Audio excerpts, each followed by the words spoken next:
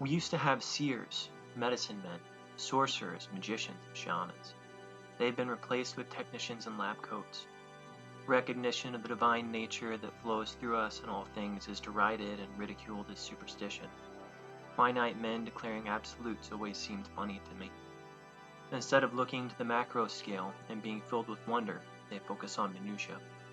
It's humorous that they keep answering questions that nobody ever asked. Science only ever answers the how questions, but never the why questions. The why questions belong to an entirely different classification of human knowledge. In my opinion, the only way to answer the why questions that plague us is a return to our roots. The only way to destroy the internal source of the nihilistic existential crisis is a return to nature every once in a while. The problem is the divorce of modern society from the hierophantic experience of the wilderness.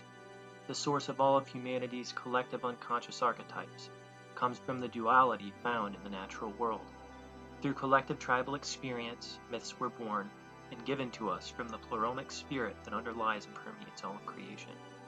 The clearest way to experience these ancient measurements, mythological archetypes, of an individual's progress through life is by a return to the initial primal state that has been human existence for untold millennia. This is why I started my backpacking guiding company. This is the need that it satisfies in modern society and in the wider outdoor market. Every other company is selling vacations. Entering into wild places is anything but a vacation. It certainly is a valuable experience that I believe should be accessible to all, but it definitely is not a vacation. 90% of the guests that I've taken into the wild have been searching for something that they realized they were sorely lacking in their lives within the box. To attempt to provide vacations in the sense of guided trips in the wilderness is to create a spectacle out of something that deserves awe. It cheapens the hierophantic and reduces it to a form palatable to those who can't understand the nature of heroic suffering. As the Buddha said, life is joyful participation in the sufferings of the world. The silence of the wild is oppressive in a way. It weighs upon you and burns away dross as from silver. When you exit, you will not be the same. Falsehood and artifice are burned away, and a purer and truer person steps out of the experience.